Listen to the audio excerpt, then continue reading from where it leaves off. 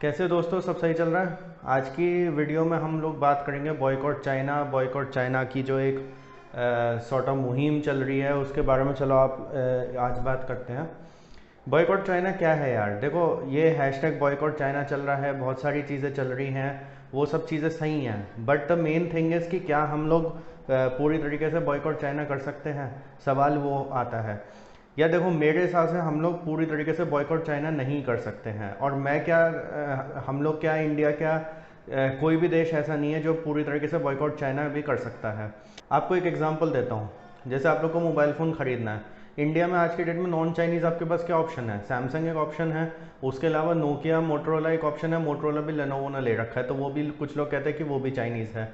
ठीक है, अच्छा अब बात आती है नोकिया की। नोकिया का आपको पता ही है, फ़ोन्स वो ज़्यादा निकाल रहे हैं नहीं आजकल। सैमसंग निकाल रही है फ़ोन्स, बट सैमसंग में भी अब आप देख लीजिए, अब आपके पास वही ऑप्शंस बचते हैं। जो वो स्पेक्स देंगे, जिस प्राइस पे देंगे, आपको वही चीज़ एक्सेप्ट करनी होगी। जिस प्राइस पे वो लोग जो स्पेक्स देंगे आपको वो एक्सेप्ट करनी पड़ेगी। आपके पास और कोई ऑप्शन नहीं बचता है। ये क्यों नहीं बचता है? क्योंकि दो कंपनीज शाओमी और BBK electronics Indian smartphone market में एकदम से घुस गई, और ऐसी घुसी कि उन्होंने ऑलमोस्ट 60 to 70% मार्केट शेयर ले लिया है आज की डेट में।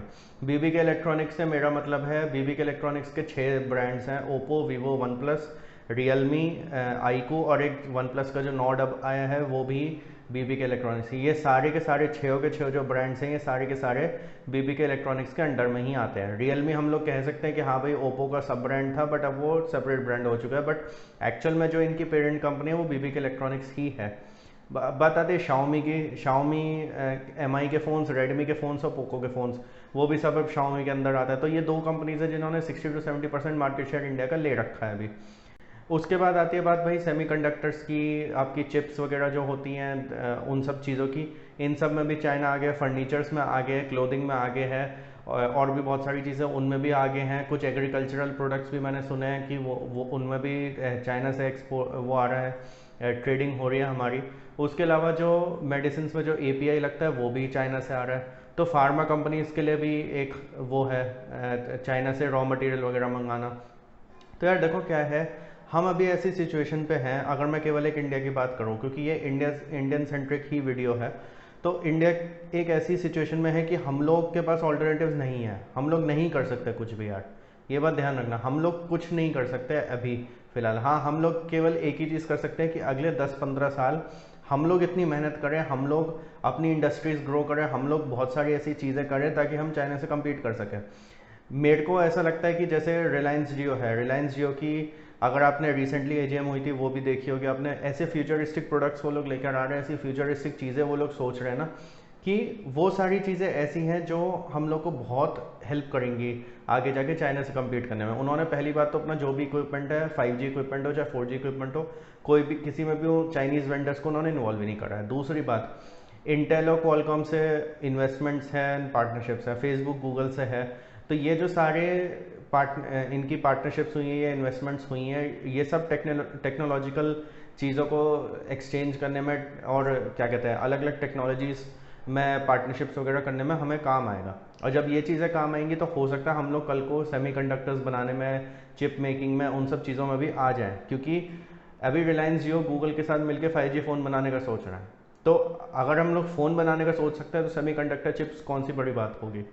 तो यार देखो, ये सारी चीज़ें चल रही हैं। अभी जियो ग्लास भी आएगा, और भी बहुत सारी augmented reality, VR, online classes, वो क्या कहते हैं, वर्चुअल मीटिंग्स, और ये सारी चीज़ें, इन सब चीज़ों में रिलायंस ऐसा काम कर रहा है कि हम लोग चाइना से बहुत अच्छी तरह कम्पीट कर सकते हैं।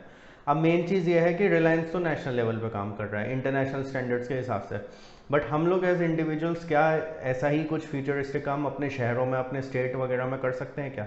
ज़रूर कर सकते हैं, छोटे छोटे स्केल पे भी कर सकते हैं। हम लोग चाहे अंबानी की तरह अमीर ना हो, हम लोग चाहे अंबानी जैसे कनेक्टेड ना हो, बट हम लोग भी अपने बिजनेसेस में, या फिर कोई और हमारा दोस्त बिजनेस कर रहा है, कुछ भी है, उसमें हम लोग फ्यूचरिस्टिक चीज़ें कर सकते हैं चाहे तो।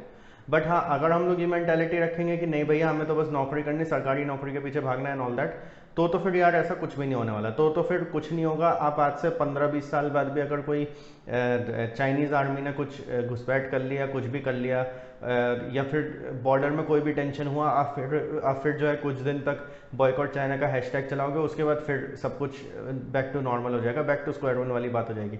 तो उसका यार कोई फ़ायदा नहीं है। तो अगर चाइना से compete करना है तो अब बहुत बढ़िया मौका है हमारे पास। एंड मेरे हिसाब से मैं एक चीज़ ज़रूर क्लियर आउट बोलूँगा, 2020 से लेकर 2030 तक ये जो 10 साल है ना, ये मेक और ब्रेक है इंडिया के लिए। अगर इन 10 सालों में हम लोगों ने अच्छी तरीके से एडवांसमेंट कर लिया हर चीज़ में, तो हम लोग one of the best super powers बन सकते हैं all over the world. But अगर हम लोगों ने इस अपॉर्चुनिटी को ग्रैब नहीं किया तो फिर यार कोई फ़ायदा नहीं है। फिर हम जहाँ हैं ना वहीं रह जाएंगे, ज़्यादा से ज़्यादा थोड़ा सा इम्प्रूवमेंट होगा, उससे ज़्यादा और कुछ नहीं होगा। क्योंकि यार देखो क्या है, मैं तुम्हें एक चीज़ बताऊँ, चाइना जो है ना वो अभी बैकलैश फेस कर रहा है बहुत सारे देशों से बैकलैश फेस कर रहा है। 18 देशों से तो उसका वो चल रहा है, जोग्राफिक बॉर्डर्स को लेके जो तनाव वगैरह होता है वो चल रहा है उसका, वो इश्यूज चल रहे हैं उसके। और ट्रेड इश्यूज भी बहुत सारे देशों से शुरू हो चुके हैं। तो ऐसे में यार देखो, और बहुत सारी कंपनीज है, मैंने एक वीडियो भी पहले इस पे बनाया हुआ है कि बहुत सारी कंपनीज जो चाइना छोड़ के आना चाहती, क्या इंडिया उनको अट्रैक्ट कर पाएगा। अब एप्पल के आईफोन्स की तो अब मैन्युफैक्चरिंग शुरू हो गई है इंडिया में। फॉक्सकॉन भी अपनी डिलीवरीज फॉक्सकॉन भी अपनी मैन्युफैक्चरिंग वगैरह यहाँ पे शुरू कर रहा है। तो हम लोग और कितनी कंपनीज को अट्रैक्ट कर सकते हैं, और कितनी कंपनीज को हम लोग यहाँ पे ला सकते हैं। अभी जितने चाइनीज़ ब्रांड्स मैंने आपको बताया, शाओमी हो या ये बेबी के इलेक्ट्रॉनिक्स वाले हो, अब इनके जो भी फ़ोन आ रहे हैं सब में मेड इन इंडिया लिखा आ रहा है। क्यों लिखा आ रहा है भाई? उनको बस ये दिखाना है कि भैया हम लोग इंडिया वालों को नौकरी भी दे रहे हैं। ठीक है, आप इंडिया वालों को नौकरी दे रहे हैं, अच्छी बात है। ग्लोबलाइजेशन का मतलब ये होता है कि भाई बाहर से इन्वेस्टमेंट हमारे देश में भी है। हम पूरी तरीके से उनको रोक नहीं सकते, क्योंकि वो ग्लोबलाइजेशन का जो रूल्स हैं उनके अगेंस्ट में जाएगी ये चीज़। बट हम लोग एटलीस्ट ये तो कर सकते हैं कि हम लोग इतने ऊपर हो जाए कि हमारी एक नेगोशिएटिंग पावर आ जाए उनके साथ। अभी कुछ दिनों पहले की बात है कि बहुत सारे ऐसे देशों ने ये बात बोली कि जियो जैसी चीज़ हमारे देशों में भी होनी चाहिए, और ये चीज़ अमेरिकन्स और यूरोपियंस ने बोली है। हम लोग अगर जियो निकाल सकते हैं तो बहुत सारी चीज़ें कर सकते हैं यार। मैं ये नहीं, अब ये मत सोचना कि भाई मुकेश अंबानी के पास तो बहुत पैसा है इस वजह से उसने जियो को निकाल दिया। बट हम लोग अपने पर्सनल लेवल पे भी छोटी छोटी चीज़ें ऐसी कर सकते हैं। क्योंकि देखो, जब तक हम लोग ये सब चीज़ें नहीं करेंगे तब तक ये हैशटैग बॉयकॉट चाइना का कोई फ़ायदा नहीं है। अगर आप लोग ये चाहते हो कि हम लोग जो 15 जून को जो सोल्जर्स मारे गए हैं उनको हम एक ट्रिब्यूट दें, तो बेस्ट ये नहीं होगा कि आप चाइनीज़ प्रोडक्ट्स को उठा के फेंको। बेस्ट ये होगा कि आप चाइना के कंपैरिजन के, चाइना के बराबरी के ऑल्टरनेटिव्स पैदा करो। आप जब ये ऑल्टरनेटिव्स पैदा करोगे ना, अपने आप ये चाइनीज़ कंपनीज compete नहीं कर पाएंगी। मैं जानता हूँ बहुत सारे लोग ये भी बात बोलते हैं कि भाई, अब जैसे फॉर एग्जाम्पल एक आपको छोटा सा एग्जांपल देता हूँ। जो मेट्रो आती है, चाहे दिल्ली मेट्रो हो चाहे कोई और मेट्रो हो, जो नई नई मेट्रो की जो कोचेज़ आ रही है जो चाइना से बन के आ रही है, वो सब जो है 40% प्राइस पे चाइना भेज रहा है, ताकि जो कोच जो है 10 करोड़ की बनती है वो 4 करोड़ की भेज रहा है चाइना, जस्ट बिकॉज ताकि वो हमारे मार्केट में घुस सके। ठीक है, वो इतनी कम कॉस्ट पे बेच रहा है, बट हम लोग को ये ध्यान रखना चाहिए कि या तो हम उसी टेक्नोलॉजी की उसी क्वालिटीज़ के साथ वो बनाएं उसी प्राइस पे, और अगर हम उस प्राइस पे नहीं भी बना सकते, अगर मान लो हम 5-6 करोड़ में भी बना सकते हैं, तो फिर ये हमारी भी रिस्पॉन्सिबिलिटी बनती है कि हम लोग ये बोले कि हमें चाइनीज़ कोचेज़ नहीं चाहिए, या हम लोग को उसके बराबर बनानी है। अब बात आती है गवर्नमेंट की। गवर्नमेंट को भी ये चीज़ ध्यान रखनी है कि चाइना को आप ग्लोबलाइजेशन के हिसाब से इन्वॉल्व करो, बट उतना इन्वॉल्व मत करो कि वो आपके ऊपर सर चढ़ के बैठ जाए। क्योंकि FDI जो पिछले 6-7 सालों में आया है उसमें लगभग 70-80% चाइना से ही आया है। तो ये नहीं हमें चाहिए कि एक वन मैन शो हो जाए, वो चीज़ नहीं होनी चाहिए। The best way to compete with China is to build alternatives against China, is to build alternatives when it comes to Chinese companies।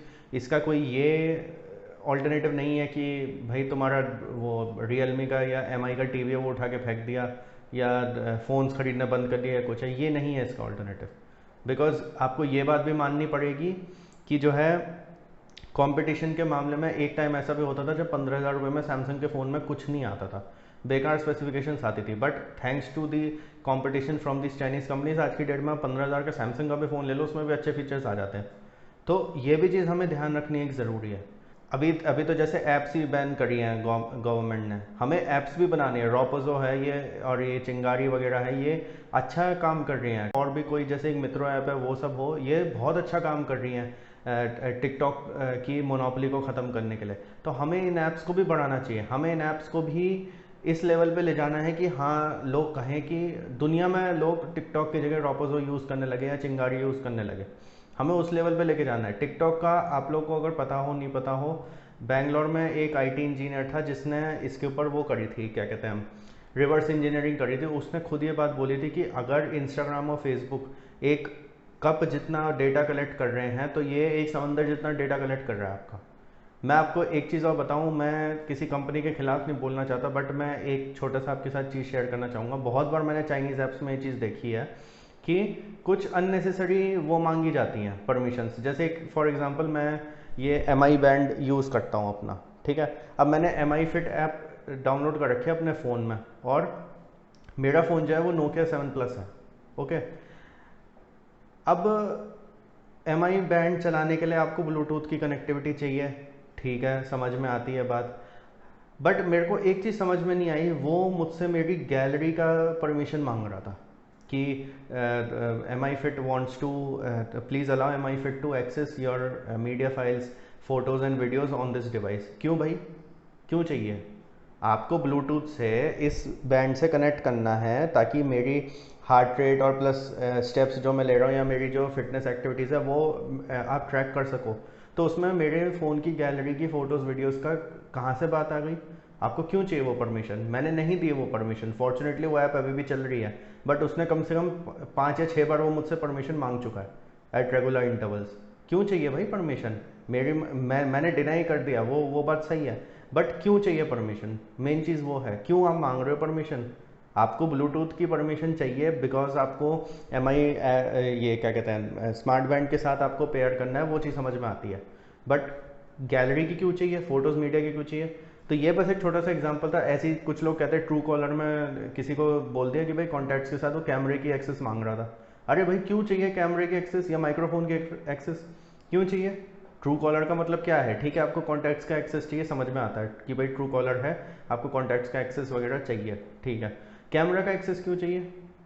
कुछ ऐसी कैलकुलेटर वाली ऐप्स थी, वो कैमरा का एक्सेस मांग रही थी। तो यही सब इश्यूज थे जिसकी वजह से पहले 59 ऐप्स बैन हुई थी, अब 47 हुई थी। अब हमारे पास चांस है कि हम इंडियन ऐप्स जो है ना उनको बढ़ाएं। अब ये ऐप्स के ऊपर भी मैंने आपको बता दिया, ये 2-3 एग्जांपल्स मैंने लिए हैं। आई होप ये वीडियो आपको समझ में आया हो। हैशटैग बॉयकॉट चाइना अगर आप लोगों को करना है तो ऑल्टरनेटिव्स ग्रो करो। थैंक यू गाइज ये वीडियो देखने के लिए। अगर आपने यहाँ तक देखा है तो लाइक करना इस वीडियो को, शेयर करना और सब्सक्राइब करना चैनल को और ऐसे कंटेंट के लिए। Thank you.